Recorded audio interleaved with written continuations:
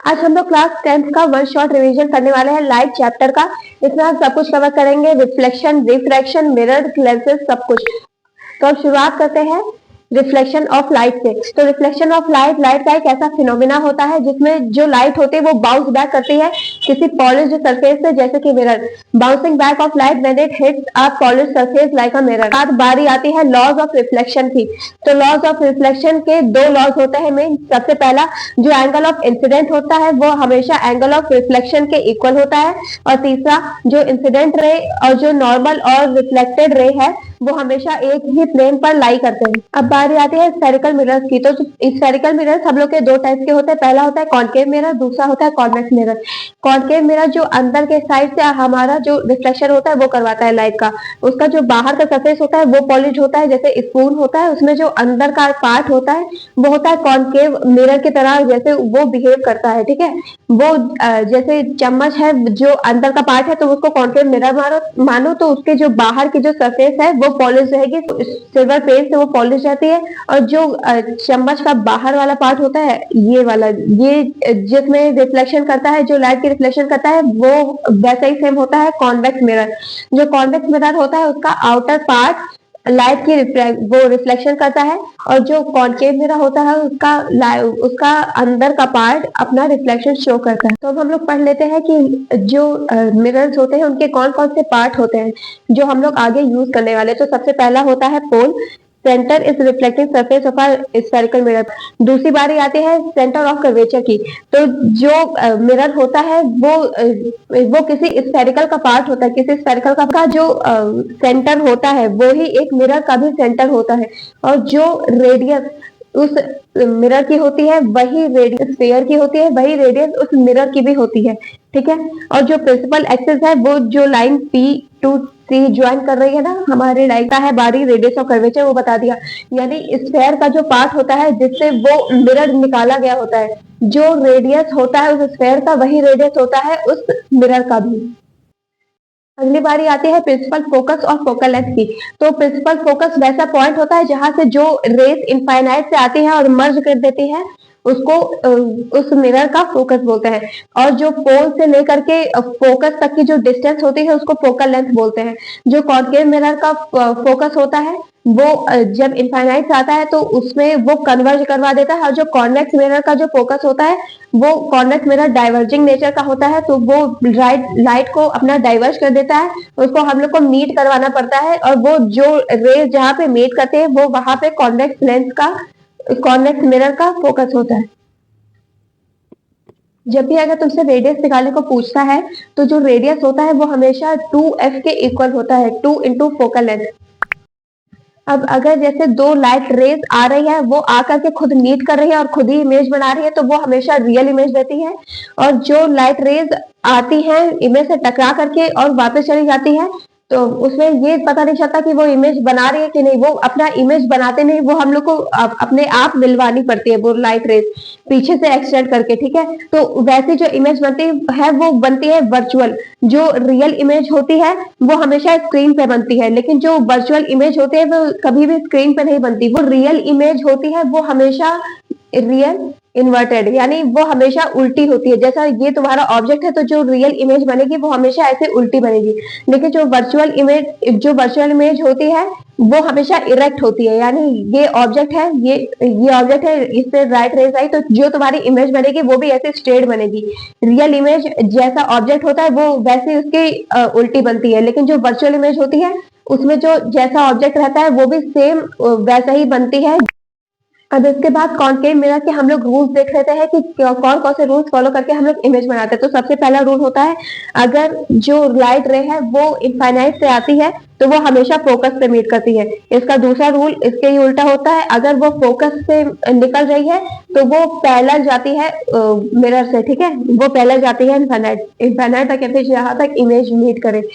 उसके बाद तीसरा रूल होता है, अगर लाइट रे फॉल कर रही है, इंसिडेंट रे फॉल कर रही है सेंटर ऑफ कर्वेचर से, तो वो रिफ्लेक्ट होकर के वापस से सेंटर ऑफ कर्वेचर से ही निकल जाएगी। उसके बाद चौथा रूल होता है, अगर लाइट रे डायरेक्ट पोल पे अपना इंसिडेंट हो रही है, तो वो उसी एंगल से, उसी सेम साइज ऑफ एंगल जो बनाए, जो इंसिडेंट रे का एंगल होता है, उसी सेम एंगल से जो रिफ्लेक्टेड रे होती है वो भी बाउंस बैक हो जाती है। अब इसके बाद बारी आती है इमेज फॉर्मेशन की बाय कॉनकेव मिरर। ठीक है, तो इसके 6 केसेस होते हैं, हर एक केस बहुत ज्यादा इंपॉर्टेंट है, ये कई बार बोर्ड से पूछा जाता है। तो सबसे पहला केस होता है जब ऑब्जेक्ट इंफिनिटी पे होता है। तो जब ऑब्जेक्ट इंफिनिटी पे होता है तो दो पैरेलल रेज, दो रेज तुमको दिखानी जरूरी है। तुम 3-4 जो ऑब्जेक्ट है जो इनफाइनाइट पे है वो अपनी इमेज फोकस पे बनाते हैं, और ऐसे जो इमेज होते हैं उसका नेचर होता है रियल, इन्वर्टेड और एक्सट्रीमली डिमिनिश्ड। रियल इन्वर्टेड क्यों? क्योंकि रेज खुद मीट कर रही है, उन लोग को, हम लोग को मीट करवाने की जरूरत नहीं है। एक्सट्रीमली डिमिनिश्ड है, वो बहुत ही ज्यादा स्मॉल साइज की है। इसके बाद दूसरा केस होता है beyond the centre of curvature, यानी सेंटर ऑफ कर्वेचर के दूर रखा हुआ है ऑब्जेक्ट। ठीक, इसमें जो इमेज बनती है वो बनती है between principal focus and centre of curvature. ठीक, इसका भी नेचर होता है रियल, इन्वर्टेड और डिमिनिश्ड। इसमें इमेज जो है वो ऑब्जेक्ट से थोड़ी सी छोटी बनेगी। और उसके बाद तीसरा जो केस आता है वो होता है at the centre of curvature, यानी ऑब्जेक्ट रखा हुआ है हम लोग का सेंटर ऑफ कर्वेचर पे, तो इसमें जब इमेज बनती है तो वो जो इमेज बनती है वो भी सेंटर ऑफ कर्वेचर पे बनती है, लेकिन उल्टी, यानी रियल, इन्वर्टेड और सेम साइज। अगर सेंटर ऑफ कर्वेचर पे बनेगी तो इमेज भी उसी के सेम साइज की होगी। अब इसके बाद focus and centre of curvature, इसके बाद ये चौथा केस है। तो इसमें जो इमेज बनती है वो beyond the centre of curvature बनती है, यानी जब सेंटर ऑफ कर्वेचर और फोकस के बीच में अगर बन रही है, अगर ऑब्जेक्ट रखा हुआ है तो जो इमेज है वो बन रही है सेंटर ऑफ कर्वेचर के दूर। ठीक है, और ये जो इमेज है इसका नेचर है रियल, इन्वर्टेड और इनलार्ज। ठीक है, यानी ये ऑब्जेक्ट से थोड़ी सी बड़ी है। और उसके बाद पांचवा केस आता है एट प्रिंसिपल फोकस। अगर ऑब्जेक्ट तुम्हारा ही रखा हुआ है प्रिंसिपल फोकस पे, तो ऐसी जो इमेज बनती है वो इंफिनिटी पे बनती है। ठीक है, इनफाइनाइट पे वो इमेज जाकर के बनेगी, वो तुम लोग को पता नहीं चलेगी। और ये जो नेचर है इस इमेज का, ये बनता है रियल, इन्वर्टेड और एक्सट्रीमली मैग्नीफाइड, यानी ये बहुत ज्यादा बड़ी इमेज बनती है और रियल बनती है और इन्वर्टेड बनती है, यानी ऑब्जेक्ट की उल्टी बनती है। इसके बाद छठा केस आता है बिटवीन पोल एंड फोकस।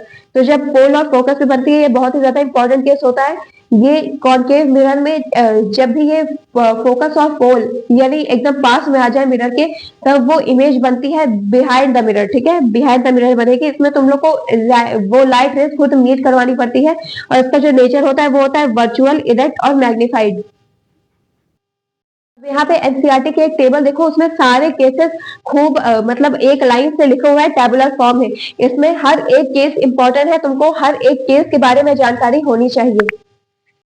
अब हम लोग कॉनकेव मिरर के यूजेस देख लेते हैं, हम लोग इसको कहाँ कहाँ यूज करते हैं। तो सबसे पहला यूज जो होता है ये होता है कार की हेडलाइट पे।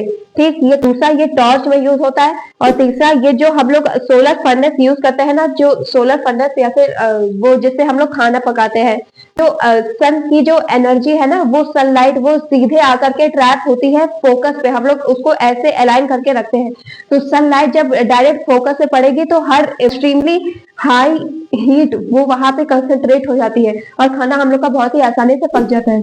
इसके बाद इसका चौथा यूज होता है हम लोग के शेविंग मिरर में, शेविंग मिरर में, मेकअप मिरर में। ठीक है, इसके बाद इसको डेंटिस्ट भी यूज करते हैं हम लोग के दांत वात को चेकअप करने के लिए। ठीक, अब इसके बाद कॉन्वेक्स मिरर के रूल्स आते हैं इमेज फॉर्मेशन के। ये बिल्कुल सेम है जैसे कि कॉनकेव मिरर के। सबसे पहला रूल ये है कि जेटे से अगर आती है इंसिडेंट रे, तो वो फोकस से पास करते हुए हम लोग को वो दिखाई पड़ती है, हम लोग उसको मीट करवाते हैं। बस कॉन्वेक्स में हम लोग को मीट करवाना पड़ता है, क्योंकि जो कॉन्वेक्स मिरर होता है वो डाइवर्जिंग मिरर होता है, वो लाइट को डाइवर्ज कर देता है, लेकिन जो कॉनकेव मिरर होता है वो कंसंट्रेट कर लेता है। ठीक है, अब जो दूसरा रूल है इसका, अगर वो इंसिडेंट होती है फोकस पे डायरेक्ट, तो वो पैरेलल जाती है उसी के सरफेस से, पोल के पैरेलल वो जाएगी। ठीक है, इसके बाद तीसरा रूल होता है अगर सेंटर ऑफ कर्वेचर पे इंसिडेंट हो रही है तो सेंटर ऑफ कर्वेचर पे ही रिफ्लेक्ट होगी।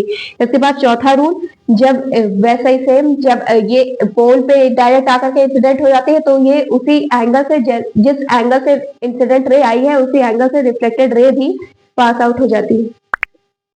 अब हम लोग पढ़ लेते हैं image formation by convex mirror. तो इसमें सबसे पहला केस होता है, जो ऑब्जेक्ट है वो कहीं पे भी रखा हुआ है मिरर पे, एक्सेप्ट इन्फिनिटी, इनफाइनाइट पे नहीं रखा है, सबसे पहला केस।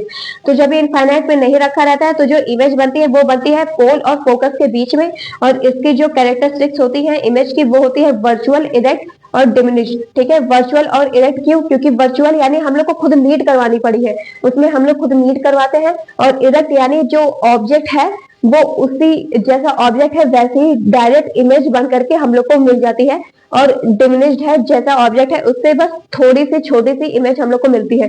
इसके बाद जो दूसरा केस होता है वो होता है ऑब्जेक्ट एट इंफिनिटी। ठीक, यानी अब ऑब्जेक्ट इनफाइनाइट पे रखा हुआ है, तो इसमें जो इनफाइनाइट पे जैसा कॉन्केव मिरर में था फोकस पे बनती थी इमेज, इसमें भी जो इमेज है वो फोकस पे आकर के कंसंट्रेट हो जाती है। ठीक, इसका भी जो नेचर होता है वो होता है वर्चुअल, इरेक्ट और हाईली डिमिनिश्ड, यानी जो ऑब्जेक्ट है उससे बहुत ज्यादा छोटी, बिल्कुल पॉइंट साइज की, हाईली डिमिनिश्ड। हम लोग कॉन्वेक्स मिरर को यूज करते हैं हमारे रियर व्यू मिरर में, यानी हम लोग की कार्स में, हम लोग की बाइक्स वाइक्स में। ठीक है, उसमें हम लिखा रहता है, होगा कि तुम लोग ने पढ़ा होगा कि जो ऑब्जेक्ट है वो और भी ज्यादा नियर बाय, जैसा तुम लोग को दिख रहा है वो इंग्लिश में लिखा रहता है। ऐसा क्यों होता है? क्योंकि जो कॉन्वेक्स मिरर होता है वो हम लोग को बहुत ज्यादा वाइड रेंज ऑफ व्यू देता है।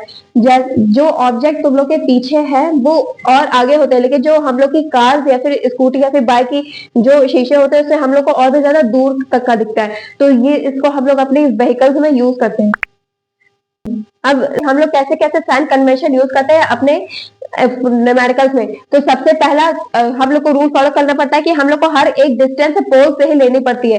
उसके बाद जैसा कोऑर्डिनेट ज्योमेट्री में तुम लोग ने पढ़ा होगा ना, एक्स एक्सिस वाई एक्सिस, तो जहां जहां पे एक्स एक्सिस एक्स पे जहां जहां पे उसकी पोजीशन पॉजिटिव होती है, अगर वहां पे इमेज बनती है तो हम लोग उस इमेज की भी जो पोजीशन होती है उसको पॉजिटिव लेते हैं। और जहां पे नेगेटिव एक्स एक्सिस की लाइन होती है ना, अगर वहां पे ऑब्जेक्ट होता है, इस वजह से हमेशा ऑब्जेक्ट की जो वैल्यू होती है तुम हमेशा नेगेटिव में ही रखोगे, क्योंकि जो ऑब्जेक्ट है वो हमेशा एक्स एक्सिस के नेगेटिव एक्सिस में होता है। ठीक है, इस वजह से उसको हम लोग नेगेटिव लेते हैं। उसके बाद हाइट की बारी आती है।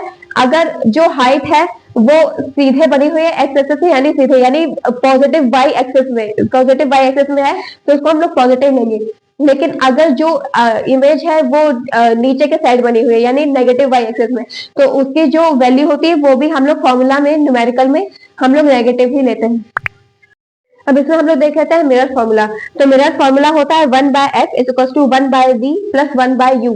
ठीक, इसमें जो f है वो है फोकल लेंथ, और ये जो v है ये है इमेज की डिस्टेंस, यानी इमेज कहाँ पे बनी हुई है वहां से तुम लोग को पोल से उसकी डिस्टेंस लेनी है, अब वो पॉजिटिव लेनी है कि नेगेटिव, ये उस पर डिपेंड करता है कि तुम लोग ने कौन सा मिरर लिया है। ठीक है, इसके बाद जो u होता है ये होता है ऑब्जेक्ट का डिस्टेंस, ये हमेशा नेगेटिव होता है हर एक न्यूमेरिकल में। तुमको जैसे ही ऑब्जेक्ट का, कोई भी ऑब्जेक्ट की जैसे तुमको डिस्टेंस दी हुई है 10 सेंटीमीटर पे है, 20 सेंटीमीटर पे है, तुम लोग आंख बंद करके उसको 20 -20 या फिर -10, वो हमेशा नेगेटिव ही होता है, क्योंकि वो हमेशा नेगेटिव एक्स एक्सिस पे ही जो u है हमेशा नेगेटिव रहेगा। उसके बाद जो फोकल लेंथ होती है ना कॉन्वेक्स, या तो वो लेंस हो या तो वो मिरर हो, जहां पे भी तुमको कॉन्वेक्स लेंस या फिर मिरर अगर वो दिख जाएगा तो उसमें जो तुम लोग फोकल लेंथ लोगे ना f, वो तुम लोग हमेशा पॉजिटिव लेना, भले वो कॉन्वेक्स मिरर हो या फिर कॉन्वेक्स लेंस हो। अब इसके बाद बारी आती है मैग्निफिकेशन की। तो जो मैग्निफिकेशन होता है वो मिरर के लिए होता है m equal to H I upon H O. H I माने हाइट ऑफ इमेज और एच ओ माने हाइट ऑफ ऑब्जेक्ट, और ये मैग्निफिकेशन इसके भी इक्वल होता है -v/u। ये मिरर के लिए, इसको लेंस से बिल्कुल भी वो मतलब डिफरेशिएट मत कर देना, क्योंकि जो मिरर होता है उसमें m की वैल्यू होता है -v/u, लेंस में पॉजिटिव v हो जाएगा। ठीक है, लेंस में हो जाएगा पॉजिटिव v/u, लेकिन जो अभी मिरर है जिसको अभी हम लोग पढ़ रहे हैं वो होता है m इक्वल टू -v/u।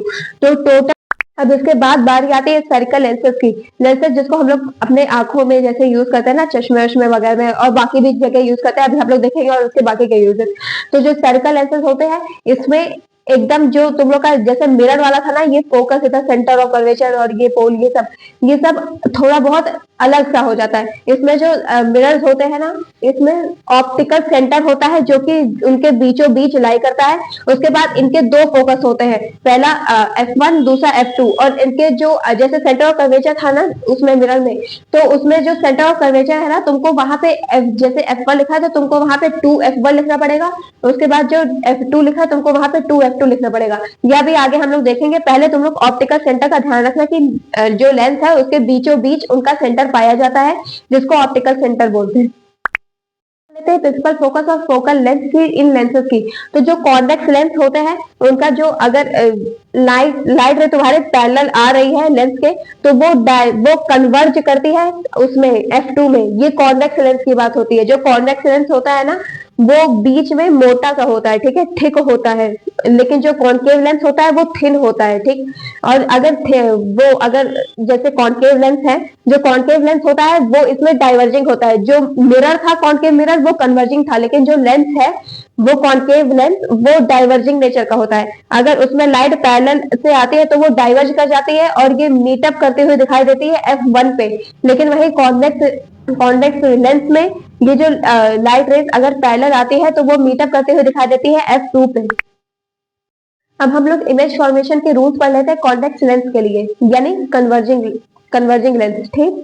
तो जब वो पैरेलल आती है तो वो F2 पे मीट कर जाती है, यानी F2 से पास आउट करती है इंसिडेंट रे, ठीक। और अगर वो F1 पे डायरेक्ट इंसिडेंट हो रही है तो वो पैरेलल हो जाती है उसके प्रिंसिपल एक्सिस के।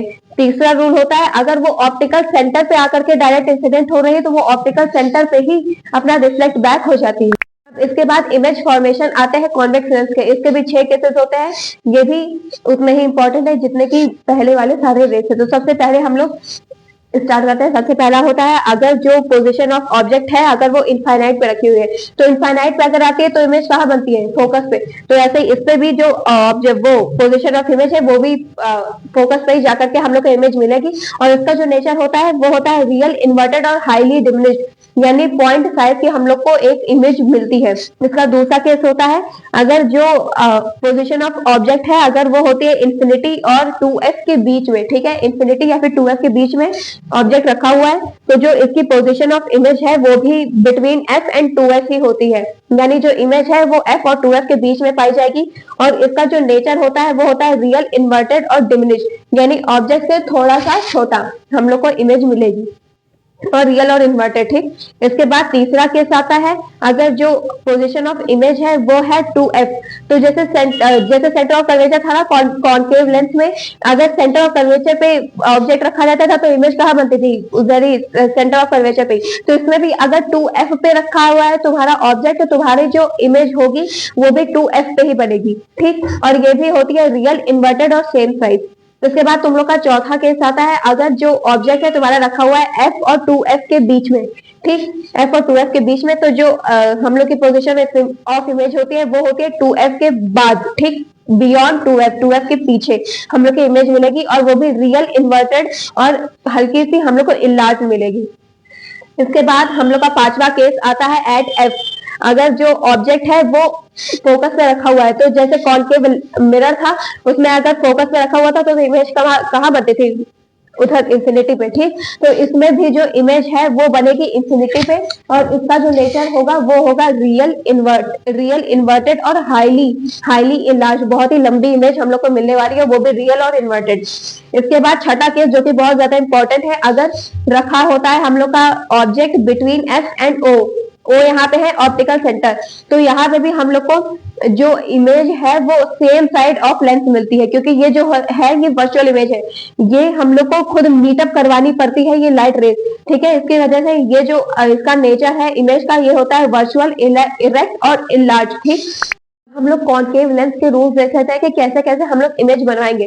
तो सबसे पहला रूल जो होता है वो, अगर पैरेलल आती है उसके प्रिंसिपल एक्सिस के, तो वो हम लोग को मीटअप करते हुए दिखाई देती है फोकस से, ठीक। ये डाइवर्जिंग मिरर होता है, कॉनकेव लेंस जो होता है डाइवर्जिंग होता है, वो डाइवर्ज कर जाती है, हम लोग को मीटअप करते हुए दिखाई देती है F1 पे। उसके बाद जो दूसरा रूल होता है, अगर ऑप्टिकल सेंटर पे ही तुम्हारी लाइट रे इंसिडेंट कर रही है तो ऑप्टिकल सेंटर से ही वो वापस रिफ्लेक्ट बैक हो जाती है।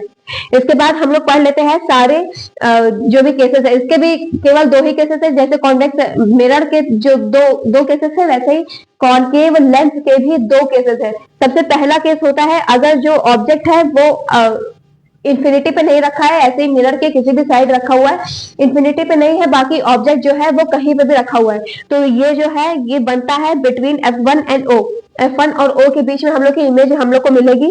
उसके बाद जो इसका नेचर होता है वो होता है वर्चुअल, इरेक्ट और डिमिनिश्ड। इसका दूसरा केस होता है अगर जो ऑब्जेक्ट रखा हुआ है वो रखा हुआ है इंफिनिटी पे, ठीक। तो अगर इंफिनिटी पे रखा रहता है तो हम लोग की इमेज बनती है F1 पे, ठीक, फोकस पे बनती है। तो ऐसे ही जो इसकी इमेज है वो मिलेगी हम लोग को F1 पे, और इसका जो नेचर होगा वो होगा वर्चुअल, इरेक्ट और हाईली डिमिनिश्ड यानी पॉइंट साइज। अब जो लेंसेज होते हैं उसमें भी सेम साइन कन्वर्शन तुम लोग को यूज करना पड़ता है अपने न्यूमेरिकल्स में। बस जैसे मिरर में तुम लोग पोल से सारी डिस्टेंसेस नाप रहे थे ना, वैसे ही जो मिरर यानी जो लेंस है उसमें तुम लोग अब ऑप्टिकल सेंटर को अपना मतलब मानोगे, एकदम पोल की तरह कंसीडर करोगे और उससे ही हर एक डिस्टेंस तुम लोग मेजर करोगे। अगर पॉजिटिव एक्स एक्सिस में ऑब्जेक्ट रखा हुआ है वही मिरर वही इमेज बन रही है तो उसको तुम लोग लोगे पॉजिटिव, ठीक। और अगर नेगेटिव में रखा हुआ है तो उसको तुम लोग लोगे नेगेटिव।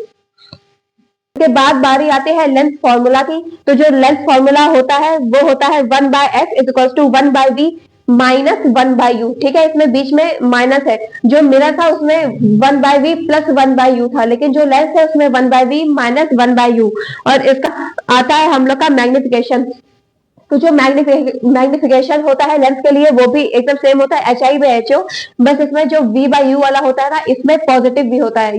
अब इसके बाद बारी आती है पावर ऑफ लेंस की, कि तुम कैसे चेक करोगे कि ये लेंस की पावर क्या है। कोई लेंस कितना लाइट रेज कन्वर्ज करवा पा रहा है और कितना लाइट रेज डाइवर्ज करवा पा रहा है, उस एबिलिटी को तुम लोग बोलते हो लेंस की पावर, ठीक है।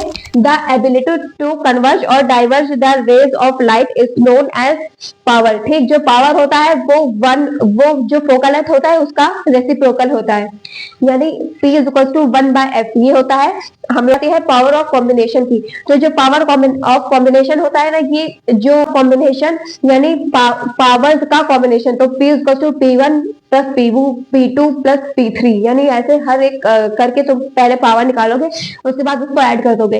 तो पावर का भी तुम लोग ने पढ़ा था ना वो फॉर्मूला, ये P इक्वल टू 1/f। तो ऐसे ही जैसे P equal to P1 plus P2 plus P3 था ना, तो तुम लोग P1 को क्या लिख सकते हो 1/f1, ऐसे P2 को 1/f2, ऐसे ही P3 है 1/f3, ऐसे करके सेवन जितनी पावर तुमने निकाली है। तो इसके बाद जो पावर होती है ना, इसकी जो SI यूनिट होती है वो होती है डायोप्टर, ठीक। तुम लोग पावर जब भी निकाला होगा लेंस का तो तुम न्यूमेरिकल्स में तुम लोग उसकी SI यूनिट डायोप्टर लिखना है, इसको भूलना मत।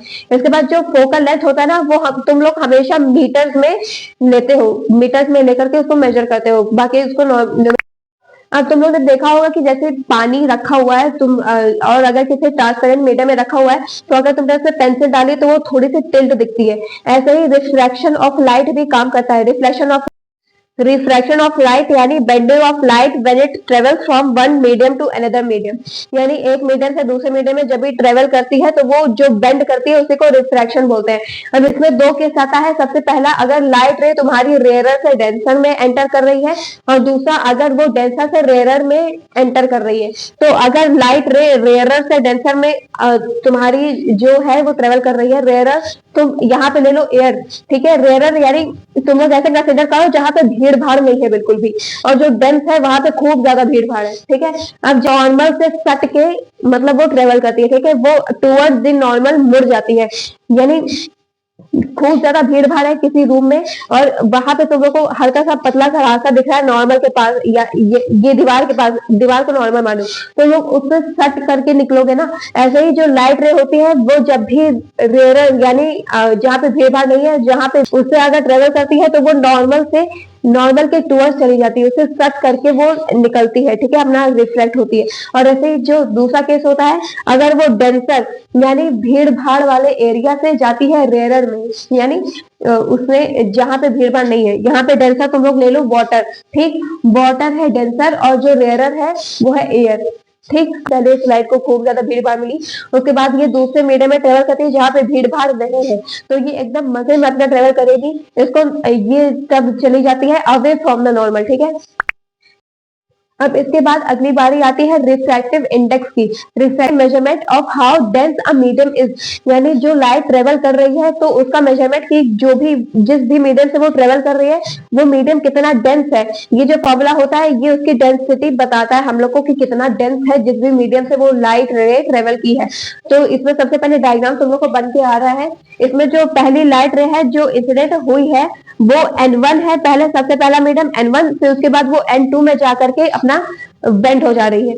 तो जो N1 है उसकी जो वॉल्यूम है उसको तुम लोग V1 कंसिडर कर लो, और जिस मतलब ऑब्जेक्ट में वो जा रही है, जिस भी मीडियम में वो जा रही है उसका जो N2 है उसको दूसरा मीडियम मान लो, और उसका जो वॉल्यूम है उसको V2 कंसिडर करो। तो अगर तुम लोग रिफ्रैक्टिव इंडेक्स कैलकुलेट करोगे विथ रिस्पेक्ट टू 1, ठीक है, 2 यानी जो रिफ्रैक्टिव इंडेक्स ऑफ 2 है विथ रिस्पेक्ट टू 1 वो तुम लोग का निकल के आएगा N2 by N1 और is equal to V1 by V2, यानी पूरा उल्टा।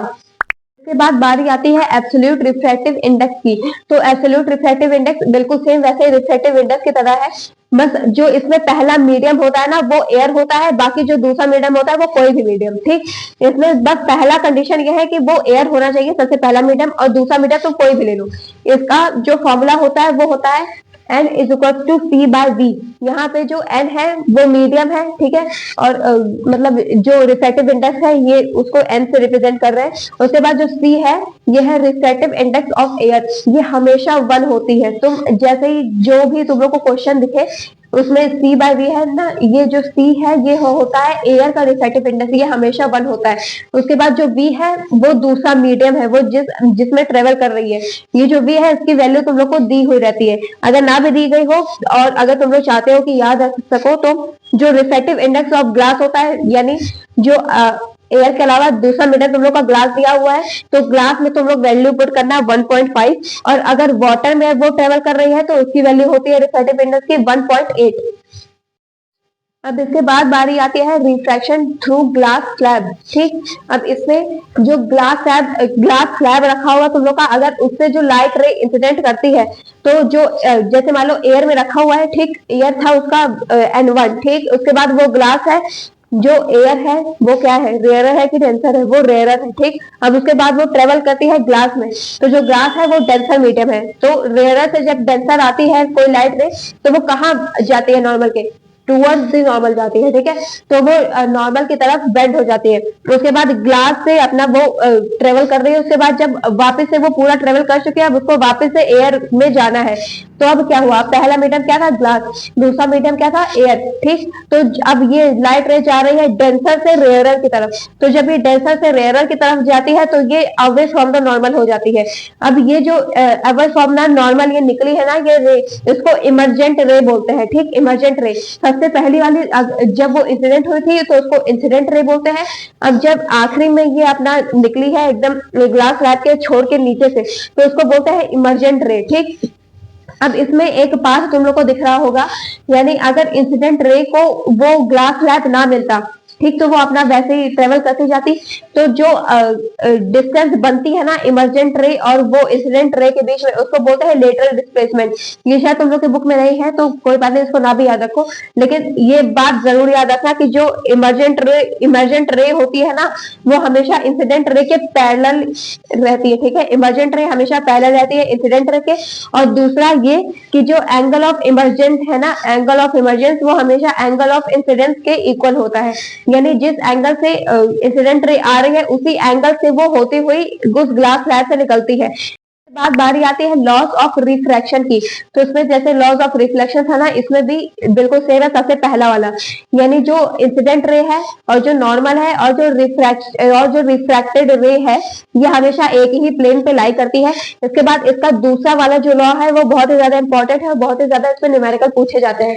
तो ये ratio of sine of incident और ratio of sine of refraction जो होता है वो हमेशा कांस्टेंट रहता है हर एक पेयर ऑफ मीडिया के लिए, यानी हर एक मीडियम के लिए ये हमेशा कांस्टेंट रहता है।